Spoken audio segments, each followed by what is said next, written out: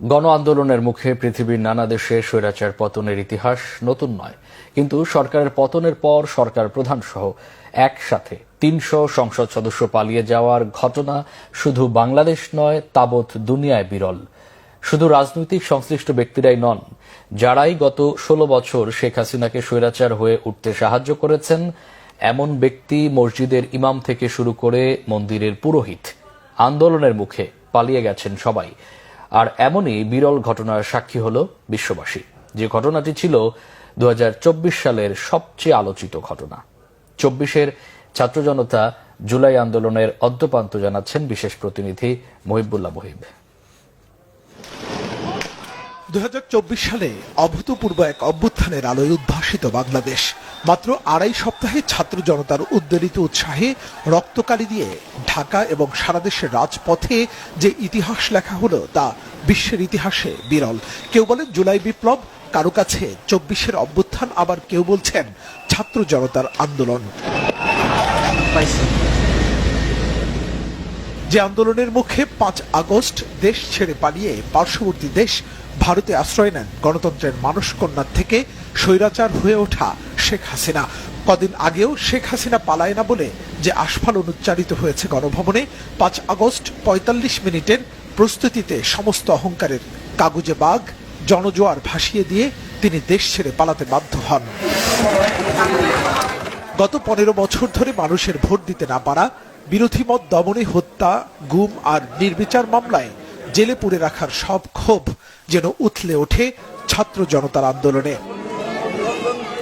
এর আগে ৫ জুন মুক্তিযোদ্ধা কোটা বাতিলে পরিপত্র ঘোষণা করে রায় দেন হাইকোর্ট। প্রতিবাদে ৬ জুন ঢাকা বিশ্ববিদ্যালয়ে সমাবেশ করে শিক্ষার্থীরা। ৯ জুন দাবি মানতে ৩০ জুন পর্যন্ত সরকারকে সময় বেঁধে দেন তারা। ১ জুলাই ছাত্র সমাবেশ থেকে চূড়ান্ত সুরাহার জন্য আবারও ৪ জুলাই পর্যন্ত আলটিমেটাম শিক্ষার্থীদের। পাশাপাশি ৩ দিনের কর্মসূচিও দেয় তারা। এরপর আওয়ামী লীগ সরকারের একাধিক মন্ত্রীর একগুঁয়েমি, খামখেয়ালিপনা আর শিক্ষার্থীদের তুচ্ছ তাচ্ছিল্য করে দেয়া বক্তব্য আগুনে ঘি ঢালে। ১৪ জুলাই চীন সফর শেষে সংবাদ সম্মেলনে প্রধানমন্ত্রীর রাজাকারের বাচ্চা শীর্ষক বক্তব্য আন্দোলনের গতি তীব্র করে তোলে। তার মানে কি মুক্তিযুদ্ধের সন্তান নাতিপুতিরা কেউ মেধাবী না, যত রাজাকারের বাচ্চারা নাতিপুতি হলো মেধাবী, তাই না? এরপর তুমি কে আমি কে, রাজাকার রাজাকার, কে বলেছে স্বৈরাচার স্বৈরাচার স্লোগানে উত্তাল হয়ে ওঠে ঢাকা বিশ্ববিদ্যালয়, রাজশাহী বিশ্ববিদ্যালয় এবং বেগম রোকেয়া বিশ্ববিদ্যালয়।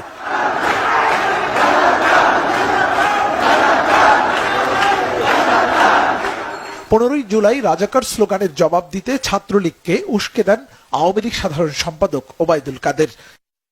এরপর আন্দোলনরত শিক্ষার্থীদের উপর সশস্ত্র হামলা চালায় ছাত্রলীগ। প্রতিবাদে উত্তাল হয়ে ওঠে পুরো দেশ। ১৬ জুলাই পুলিশের গুলিতে রংপুরে আবু সাইদ, চট্টগ্রামে ওয়াসিম, শান্ত, ফারুক এবং ঢাকায় সবুজ আলী ও শাহজাহান নিহত হন। ১৭ জুলাই আন্দোলন থামাতে ব্যর্থ হয়ে মোবাইল ইন্টারনেট বন্ধ করে দেয় সরকার। ১৮ জুলাই পূর্ব ঘোষিত কমপ্লিট শাটডাউন কর্মসূচিতে মুগ্ধ, ফাইয়াজ সহ ৪৮ জন শাহাদাত বরণ করেন। এরপর অগ্নিগর্ভে পরিণত হয় বাংলাদেশ। ১৯ জুলাই পুলিশ বিজেপির নৃশংস গুলিতে মারা যান আরো ১১৯ জন। হেলিকপ্টার থেকে গুলিবর্ষণে বাসায় গুলিবিদ্ধ হয়ে প্রাণ হারায় ৪ বছরের শিশু থেকে ৬ বছরের রিয়া গোপ। এরপর দেশ জুড়ে জারি করা হয় কারফিউ ভেঙে ছাত্র জনতার মিছিলে ২০ জুলাই শহীদ হন আরো ৭১ জন। দিন যত গড়াতে থাকে মৃত্যুর মিছিল বাড়তেই থাকে, একই সাথে চলে গণগ্রেফতার। ২৮ জুলাই ১০ দিন পর সচল হয় ইন্টারনেট। গণহত্যার বিচার চেয়ে ফেসবুক প্রোফাইল রক্তিম হয়ে ওঠে আন্দোলনকারীদের। ২ আগস্ট কেন্দ্রীয় শহীদ মিনারে কয়েক লক্ষ মানুষের উপস্থিতিতে ৯ দফা বাদ দিয়ে শেখ হাসিনার পতনের ১ দফা কর্মসূচি ঘোষণা করে ছাত্র সমন্বয়করা। এরপর পরিস্থিতি ক্রমেই পাল্টাতে থাকে।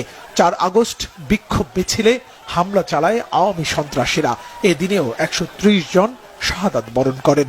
৬ আগস্টের বদলে ঢাকামুখী লং মার্চ একদিন এগিয়ে আনেন শিক্ষার্থীরা। ৫ আগস্টেও সকাল থেকে মারমুখী অবস্থান নেয় পুলিশ, বিজিবি এবং সেনাবাহিনী, কিন্তু শেষ রক্ষা হয়নি শেখ হাসিনার।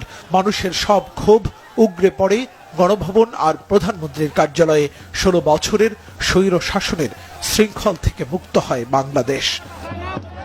মুহিবুল্লাহ মুহিব, বাংলা ভিশন, ঢাকা।